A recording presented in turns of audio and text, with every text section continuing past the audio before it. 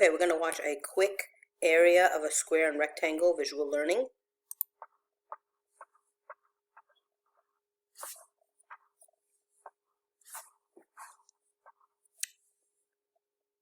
How can you find the area of a figure? Mike wants to paint a wall in his room. A small can of paint covers 40 square feet. Does Mike need more than one small can to paint a rectangular wall of his room? To find out, we need to know the area of the wall in Mike's room. One way is to count the square units to find area.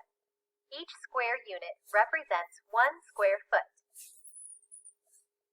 There are 48 square units. The area of Mike's wall is 48 square feet. Another way is to count the number of rows and multiply by the number of squares in each row. How many rows are there? How many squares in each row? Select your answer. So we count. When we go to the theater, we go down the rows. Here are the rows. Excuse me. 1, 2, 3, 4, 5, 6, 7, 8 rows, and there's 6 squares in each row.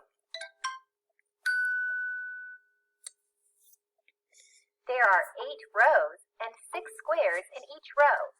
Multiply to find the area of the wall. So if I multiply 8 by 6, 6 equals 48. The area of Mike's wall is 48 square feet. Will Mike need more than one small can of paint? Select your answer. is he going to need more? We just look here. We have 40 square feet. So yes, he's going to need more because he has 8 square feet more than what the can provides. So yes, he will need one.